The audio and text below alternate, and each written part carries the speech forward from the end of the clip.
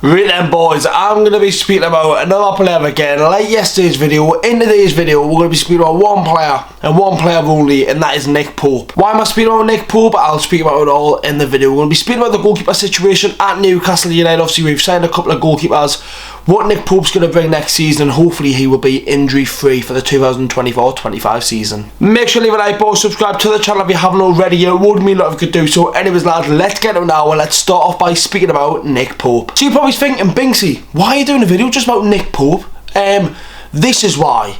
I think he is one of the most underrated goalkeepers in the Premier League, and here's why. So Nick Pope's 32, still got years in him for being a goalkeeper.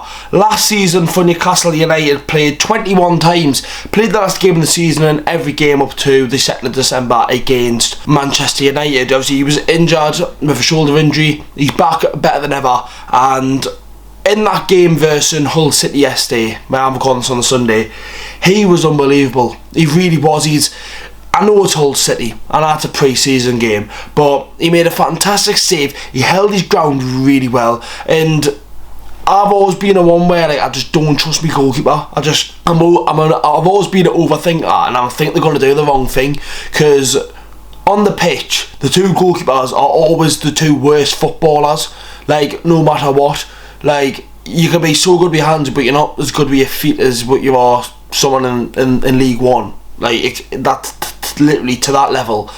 You look at Nick Pope and sometimes you think, fucking hell, his kicking's a bit shit, but saving wise, he's kept Newcastle in some games massively. Kept us in that game versus Hull, and that's in a pre-season game. Last season he done really well for what he could do. He played 15 games in the Premier League, 14 of them obviously being prior to the injury. One in the AFL Cup, which was against, who was that against? Carabao Cup. It must have been Man United, but I swear Dubravka played.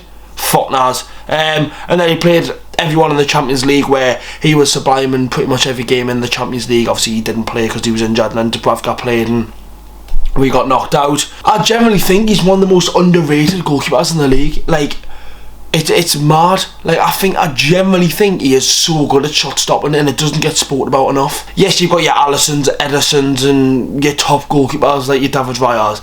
Like, I generally think, like, look at the season where we finished 4th. He was unbelievable in that season and kept us in getting Champions League football, making that save versus Leicester.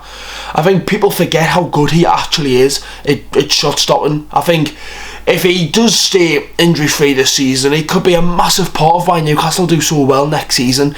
His distribution isn't the best. I think that's the area where he's got to improve on. Obviously every footballer's got to improve on something. I think he needs to improve on that. But shot stopping wise, I don't see it. I don't think he needs to. I think he is absolutely sound, and he's a massive part of why I think Newcastle United could do well next season. If we can keep him injury free, we could do really, really well. But obviously we were linked with goalkeepers, and obviously the goalkeeper situation in Newcastle is completely changed. Vlahomi Dos obviously signed from Nottingham Forest. I hope I said that right. John Ruddy came in. Obviously we're thinking, right, he's 39, he could be more on the coaching side of things for Newcastle United. Dubravka's just came back from international duty. You've got Mark Gillespie who's signed a new contract, and you've got Nick Pope. We can't go into next season with 5 goalkeepers. 5, because John Ruddy's still classed as a player. Yes, he might be on the coaching side, we don't know that, but he will still be a player registered for Newcastle United in the Premier League if he does get into the Premier League squad. So there's 5 goalkeepers. You've got to get rid of one. We're not going to get rid of Gillespie because he's just signed a new contract. We're not going to get rid of John Ruddy or Vlahomi Dos. We're not going to get rid of Pope. It's going to be Dubravka. Obviously, apparently Dubravka's focused on first team football. We've still got a little bit away for the transfer window. Obviously, I know Newcastle still need to make signings in some key positions, but goalkeeper is definitely not one of them now. I think even Vlahomi Dos is a very good goalkeeper. Didn't really get a fair crack at the whip, I think, at Nottingham Forest. And obviously played Champions League year after year with Benfica.